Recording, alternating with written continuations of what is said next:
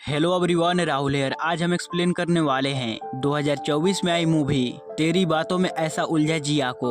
Movie के शुरुआत में हम लोग इस कहानी के लीड कैरेक्टर आर्यन को देख पाते हैं, जो मजे से कंबल ओढ़कर सो रहा होता है। तभी उसके घर वाले कैसे तैसे कर आर्यन की शादी कराना चाहते हैं, मगर आर्यन शादी के लिए राजी नहीं होता। वहाँ वापस अपने कमरे में आता है तो वहाँ एक दुल्हन बैठी होती है। वहाँ जैसे ही दुल्हन का चेहरा देखता है तो काफी ज्यादा डर जाता है, क्योंकि वो कोई लड़की नहीं एक रोबोट होती है और आर्यन की शादी इस रोबोट के साथ हो गई है। तभी उसकी नींद खुलती है, यानी कि ये सब कुछ आर्यन का एक सपना था। अब आर्यन की बात करें तो आर्यन की फैमिली दिल्ली में रहती है। उसके घर वाले आर्यन की शादी कराना चाहते हैं, मगर आर्यन शादी नहीं करना चाहता। वह मुंबई में रहकर जॉब करता है। वो एक रोबोटिक इंजीनियर होता है। वह ऑफिस जाता है जहाँ पे इनकी बॉस सभी एम्प्लॉय को अगले महीने की टारगेट के बारे में समझाती है। अब बात करें बॉस की तो वहाँ आर्यन की मौसी उर्मिला है, जो अमेरिका में रहकर वहाँ भी एक रोबोटिक कंपनी चलाती है और यहाँ भी एक कंपनी चलाती है। वहाँ आर्यन को अमेरिका आने के लिए कहती है कि मुझे एक टेस्ट करना है, तू यहाँ चला। इसी बहाने हम दोनों मिल भी लेंगे। आर्यन भी अपने घर वालों से परेशान था, क्योंकि वो लोग बार बार इसे शादी के लिए कह रहे थे। तो आर्यन डिसाइड करता है कि मैं मौसी के पास अमेरिका जाऊंगा। जब आर्यन अमेरिका आता है तो वो अपने मौसी से मिलता है। वह आर्यन को अपने कंपनी की रोबोट को दिखाती है। कहती है कि आर्यन, मुझे जरूरी काम की वजह से 2 दिनों के लिए बाहर जाना पड़ रहा है, तुम घर चले जाओ, वहाँ तुम्हारा ध्यान मैनेजर सिफरा रख लेगी। आर्यन जब अपने मौसी के घर आता है तो वहाँ उसका वेलकम सिफरा करती है। सिफरा को आर्यन के बारे में पहले से ही हर चीजें मालूम होती है कि उसे क्या पसंद है क्या नहीं। उसकी मौसी ने सिफरा को बता रखा था। यहाँ तक कि सिफरा को ये भी मालूम था कि आर्यन को ब्लैक कॉफी पसंद है। अगले दिन आर्यन सिफरा को कहता है कहीं बाहर घूमने चले, तो सिफरा बोलती है हाँ चलो। तो आर्यन सिफरा को बाइक पे बैठाकर यहाँ से निकल जाता है। वहाँ बाइक काफी तेज चलाता है। सिफरा बिल्कुल भी नहीं डरती। ये देखकर आर्यन थोड़ा हैरान होता है। आर्यन सिफरा से उसके बॉयफ्रेंड के बारे में पूछता है। सिफरा कहती है नहीं, मेरा कोई बॉयफ्रेंड नहीं। आर्यन सिफरा को पसंद करने लगा था, सिफरा भी आर्यन को। अब दोनों एक दूसरे से प्यार करने लगे थे तो दोनों इंटीमेट भी होते हैं। आर्यन कहता है सिफरा तुम नर्वस तो नहीं? सिफरा कहती है नहीं, मेरी बैटरी लो है। आर्यन कहता है अभी चार्ज कर देता हूँ। वहाँ सिफरा के साथ फिर से रोमांस करने लगता है। अगले दिन आर्यन सुबह सुबह नाश्ता बना रहा होता है, क्योंकि आज शाम को उसकी मौसी आने वाली थी। मगर मौसी शाम को नहीं, सुबह में ही चली आती है। उन्हें सिफरा कहीं दिखाई नहीं देता।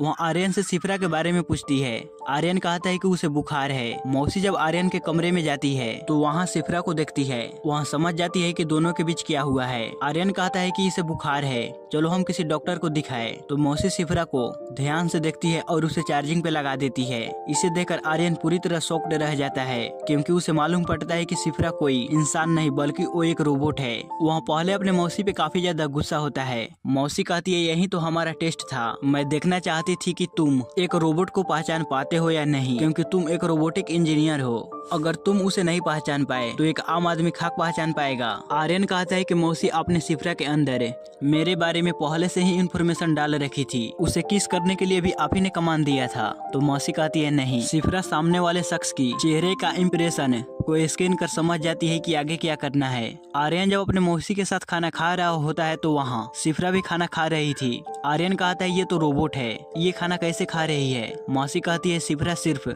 मुंह चलाने की एक्टिंग करती है, खाना वैसे ही इसके अंदर स्टोर होता है। वहाँ दिखाती है तो उसमें से एक टमाटर लेकर आर्यन खाने लगता है। सिफरा बोलती है वो टमाटर मेरा है। आर्यन कहता है तो जाकर पुलिस में चोरी का कंप्लेन लिखवा दो। सिफरा जाती है मगर मौसी उसे रोक देती है, कहती है कि ये तो बस मजाक कर रहा था। अब आर्यन सिफरा को भुला नहीं पा रहा था। आर्यन को उससे सच्चा प्यार हो गया था, इसलिए वह वापस मुंबई चला आता है। वहाँ अपने दोस्त मोन्टू को अपने प्यार के बारे में बताता है।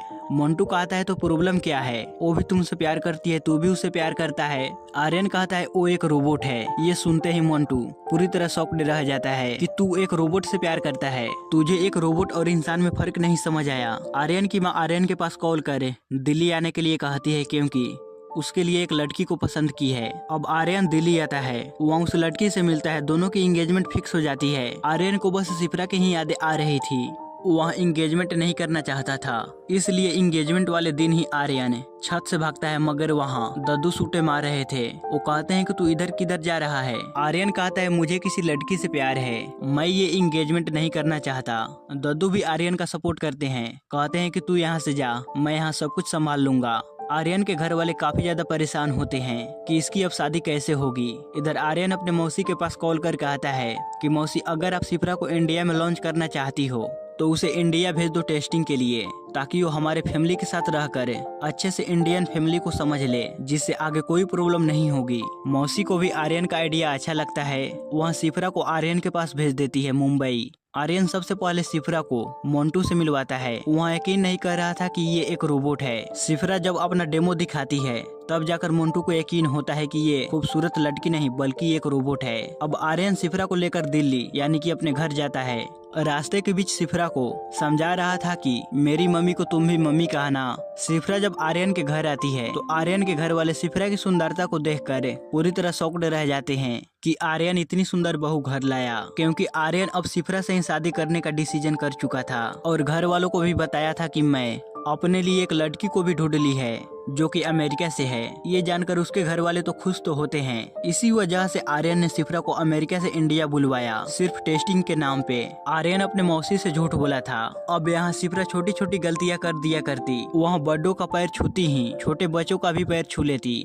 आर्यन के घर वाले शिप्रा से उसकी फैमिली के बारे में पूछते हैं कि चलो अब तुम दोनों की शादी के बारे में शिप्रा की फैमिली से बात करें। आर्यन अपने घर वालों को बताता है कि शिप्रा अनाथ है, उसका इस दुनिया में मेरे सिवा कोई नहीं। ये जानकर आर्यन के घर वाले दुखी होने लगते हैं। अगले दिन शिप्रा जब अपने दोनों हाथों से खाना बना रही होती है तो आर्यन की माँ देख लेती है। ये देखकर वो चौंक जाती है। आर्यन कहता है वो अमेरिका से है ना, इसलिए। शिप्रा के हाथ से बने खाना खाकर सारे घर वाले उसकी तारीफ करने लगते हैं, क्योंकि खाना काफी ज्यादा स्वादिष्ट होता है। इसके बाद शिप्रा के पास आर्यन की बहन आती है। कहती है कि आज तो आप दिल्ली में आग लगा दोगी। शिप्रा कहती है कि आप चाहती हैं कि मैं दिल्ली में आग लगा दूं?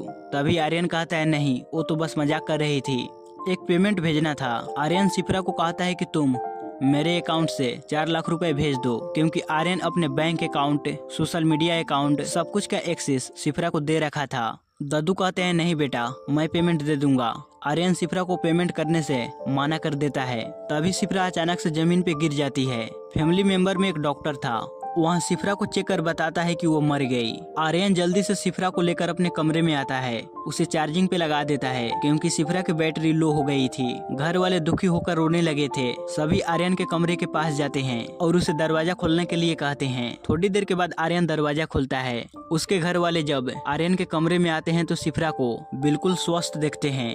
ये देखकर डॉक्टर पूरी तरह शॉक्ड रह जाता है। दादू उसे सुनाते भी हैं कि तुझे डॉक्टरी नहीं आती, तू जाकर अभी डॉक्टर की पढ़ाई करे। शाम के समय आर्यन शराब की नशे में शिप्रा के पास जाता है, उसके साथ रोमांस करने लगता है। तभी शिप्रा को एक अपडेट आता है। वहाँ आर्यन को कहती है तो आर्यन नशे में होता है। वहाँ कह देता है कि तुम इसे डाउनलोड कर लो। अब शिप्रा जैसे ही इस अपडेट को अपने अंदर डाउनलोड कर अपडेट करती है तो उसकी सारी मेमोरी डिलीट हो जाती है।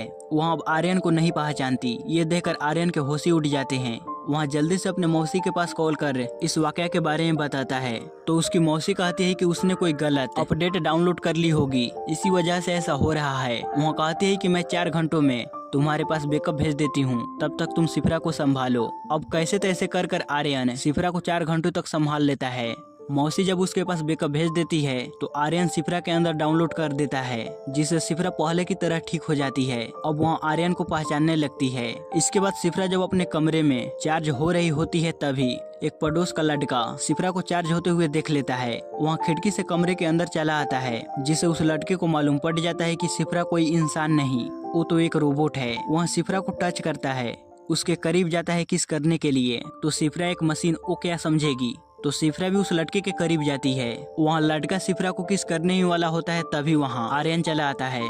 पहले आर्यन उस लड़के को पीटता है, शिप्रा से बोलकर उस लड़के को छत से उल्टा लटका देता है। वहाँ लड़का कहता है भैया आज के बाद ऐसी गलती नहीं होगी, मगर ये तो एक रोबोट है। आर्यन कहता है कि अगर इस बारे में किसी को भी बताया तो मैं अभी तुम्हें नीचे फेंकवा दूंगा। वहाँ लड़का कहता है नहीं भैया, मैं इस बारे में किसी को भी नहीं बताऊंगा। आर्यन कहता है शिप्रा इसे ऊपर ले लो, यानी कि इस लड़के को नीचे मत फेंको। वहाँ लड़का यहाँ से चला जाता है। आर्यन शिप्रा पे गुस्सा होता है कि मैंने तुम्हें कहा था दरवाजा बंद रखने के लिए, ये लड़का कैसे कमरे के अंदर आया। शिप्रा कहती है वो खिड़की से अंदर आया। आर्यन कहता है दरवाजा कहा तो खिड़की नहीं बंद करोगी, थोड़ा भी तो कॉमन सेंस यूज करो। शिप्रा उसके चेहरे के इम्प्रेशन को देखकर समझ जाती है कि आर्यन गुस्से में है। वह उसे गले लगा लेती है, जिससे आर्यन शांत हो जाता है। शाम के समय नाच गान का फंक्शन चल रहा था, जहाँ हर कोई एक एक कर डांस कर रहे थे। आर्यन की बहन सिप्रा को दिल धक धक करने लगा गाने पे डांस करने को कहती है, मगर आर्यन की माँ ऐसी गाने पे डांस करने से मना कर देती है। तभी अचानक से दद्दू की तबीयत बिगड़ जाती है, वह नीचे गिर जाते हैं। आर्यन उन्हें कार में बैठाता है, सिप्रा को गाड़ी चलाने के लिए कहता है कि तुम जल्दी से किसी नजदीकी हॉस्पिटल में ले चलो। यहाँ आर्यन सिप्रा को सही कमांड नहीं दिया था, सीधा बोला था कि तुम नजदीकी हॉस्पिटल ले चलो। तो उसी तरह सिप्रा भी नजदीकी हॉस्पिटल ले आती है, मगर मालूम पड़ता है कि ये हॉस्पिटल तो जानवरों का है। अब यहाँ से आर्यन गाड़ी चलाकर हॉस्पिटल लाता है। यहाँ डॉक्टर दद्दू का इलाज कर बताते हैं कि कोई खास बात नहीं है, उम्र ज्यादा होने की वजह से ऐसा हुआ। आर्यन जब दद्दू से मिलता है तो दद्दू से कहते हैं कि तुम्हें क्या लगा मैं चला जाऊंगा? मैं तो अपने पोते की शादी में खूब नाचूंगा, उसके बाद ही ऊपर वाले के पास जाऊंगा। अब एक दिन के बाद दद्दू वापस घर आते हैं। मोंटू जब सिप्रा को बताता है कि दद्दू वापस आ गए हैं तो वह कुछ भी रिएक्ट नहीं करती, वो बस कहती है ठीक है। वह इस बारे में आर्यन को समझाता है कि वो कभी भी फीलिंग को नहीं समझ पाएगी, वो इमोशनल नहीं हो सकती, मगर आर्यन मोंटू की बातों को नहीं समझता। अब घर में सिप्रा और आर्यन की शादी की तैयारियां होने लगती है। आर्यन के घर वाले काफी ज्यादा खुश होते हैं। पहले हल्दी की रस्म की जाती है। अब शादी के दिन सिप्रा पूरी तरह तैयार होकर चार्ज हो रही होती है, तभी उसे शॉट लगता है। इधर आर्यन की शादी पे जब उसकी मौसी आती है तो उन्हें मालूम पड़ता है कि आर्यन सिप्रा से ही शादी कर रहा है। तो आर्यन पे वो काफी ज्यादा गुस्सा होने लगती है कि तू एक रोबोट से शादी कर रहा है, तुम दोनों कभी भी एक नहीं हो सकते, मैं तुम्हें उसे शादी नहीं करने दूंगी। मौसी आर्यन को बहुत ही ज्यादा समझाती है, मगर आर्यन मौसी से इमोशनली बात कर मना ही लेता है कि मैं सिप्रा से ही शादी करूंगा। इधर सिप्रा को शॉट लगने की वजह से उसके अंदर के सिस्टम खराब हो जाते हैं। वह अजीब सी बिहेव करने लगती है, एक लड़की को अजीब आवाज में डराती है। वह लड़की भागते हुए आर्यन के पास आती है, कहती है कि भाभी अजीब सी आवाज में बोल रही है। आर्यन चौंक जाता है, वह सिप्रा के पास जाता है, मगर सिप्रा उसे कहीं पर भी दिखाई नहीं देती। मौसी सिप्रा के लोकेशन को ट्रेस करती है, मगर वह ट्रैक नहीं हो पाती क्योंकि सिप्रा के सिस्टम तो खराब हो चुकी है। आर्यन अपने दोस्त मोंटू के साथ सिप्रा को ढूंढने में लग जाता है। इधर सिप्रा एक पुलिस स्टेशन आती है, जहां वो एक चोरी का कंप्लेन लिखवाती है कि मेरी एक टमाटर चोरी हो गई है। पहले तो पुलिस वाले कंप्लेन लिखने से मना करते हैं और हंसने लगते हैं कि एक टमाटर का कंप्लेन लिखवाने के लिए तुम अपनी शादी को छोड़कर चली आई। मगर जब सिप्रा पुलिस वाले के ऊपर गुस्सा होती है तो पुलिस वाला कंप्लेन लिख लेता है। अब सिप्रा से फोन नंबर भी लेते हैं। सिप्रा यहाँ से चली जाती है। वो इंस्पेक्टर उस फोन नंबर पे कॉल करता है। आर्यन जब कॉल को उठाता है तो मालूम पड़ता है कि सिप्रा पुलिस स्टेशन गई थी चोरी की कंप्लेन लिखवाने के लिए। आर्यन इंस्पेक्टर से पूछता है कि लड़की यानी कि सिप्रा कहाँ गई। इंस्पेक्टर कहता है ओ अपना कंप्लेन लिखवाकर यहाँ से चली गई। आर्यन मोंटू को कहता है कि मैंने अमेरिका में उसने टमाटर खाया, मैंने उसके पेट वाले बॉक्स से निकाल कर उस टमाटर को खा लिया। उसने कहा कि तुम मेरी टमाटर क्यों चुराई, तो मैंने मजाक में उसे कहा कि तुम जाकर पुलिस में कंप्लेन लिखवा दो। तो सिप्रा अब जाकर कंप्लेन लिखवा रही है। तभी आर्यन के फोन पे 4 लाख रुपयों का मैसेज आता है जो कि उसके अकाउंट से ट्रांसफर हुए थे। ये बातें आर्यन सिप्रा को एक बार कहा था कि तुम 4 लाख रुपए ट्रांसफर कर दो, मगर दद्दू ने कहा था कि मैं वो पैसे दे दूंगा। आर्यन सिप्रा को पैसे ट्रांसफर करने से मना कर दिया था, तो अब जाकर सिप्रा उस पैसे को ट्रांसफर कर रही है। यानी कि अब आर्यन को समझ आ जाता है कि सिप्रा अपने सारे अधूरे टास्क को पूरा कर रही है। इससे वहाँ काफी ज्यादा घबरा जाता है। तभी सिप्रा वापस घर आती है और एक बार आर्यन की बहन ने धक धक सॉन्ग पे उसे डांस करने के लिए कहा था ना, उस समय आर्यन की माँ ने उसे मना कर दिया था। तो अब सिप्रा उसी सॉन्ग पे पूरे फैमिली मेंबर के सामने डांस करती है। इसके बाद सिप्रा उस पड़ोस के लड़के के पीछे पड़ जाती है, क्योंकि एक बार उसने सिप्रा को किस करने की कोशिश किया था ना, और आर्यन उसे पीट कर छत से उल्टा लटका दिया था ना। सिप्रा को बोला था कि इसे नीचे मत फेंकना।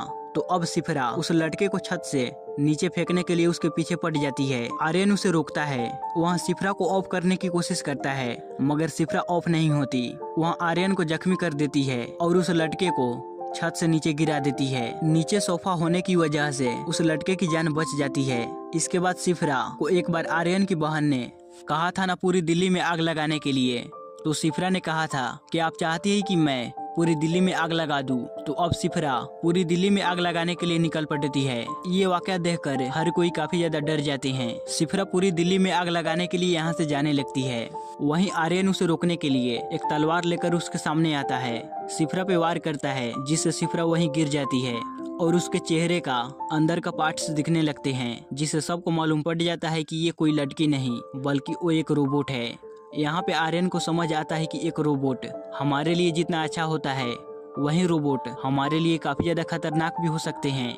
इसके बाद हम लोगों को 6 महीने बाद के सीन को दिखाया जाता है। मुंबई में आर्यन की मौसी अपने रोबोट के सैंपल को लोगों के सामने पेश करती है कि एक रोबोट कई सारे कामों में हमारे बहुत अच्छे से मदद कर सकते हैं। वहाँ अपने सबसे बेस्ट रोबोट को पेश करती है, सिफरा 2.0। यहाँ पर आर्यन भी मौजूद था। तभी यहाँ आर्यन से एक लड़की जिया मिलती है। वहाँ कहती है कि मैंने हाल ही में रोबोटिक कंपनी को ज्वाइन की हूँ। आर्यन जब जिया से बात करता है तो दोनों की पसंद बिल्कुल सेम होती है, यानी कि जो पसंद आर्यन का होता है वही पसंद जिया का भी होता है। आर्यन को ब्लैक कॉफी पसंद है तो वहीं जिया को भी पसंद है। आर्यन जिया दोनों बात कर रहे होते हैं तो दोनों को साथ में देखकर, यानी कि आर्यन के साथ जिया को देखकर सिफरा जलस हो रही होती है, जबकि सिफरा की सारी सिस्टम को फॉर्मेट मारकर नई बनाई गई थी। तो आखिर क्यों एक रोबोट, मतलब कि सिफरा आर्यन जिया को एक साथ देखकर जलस हुई। इसी सस्पेंस के साथ ये मूवी यहीं पे खत्म होती है। मूवी के लास्ट में हम लोग को बताया जाता है कि इस मूवी का दूसरा पार्ट भी आएगा। इसी के साथ ये वीडियो यहीं पे खत्म होती है।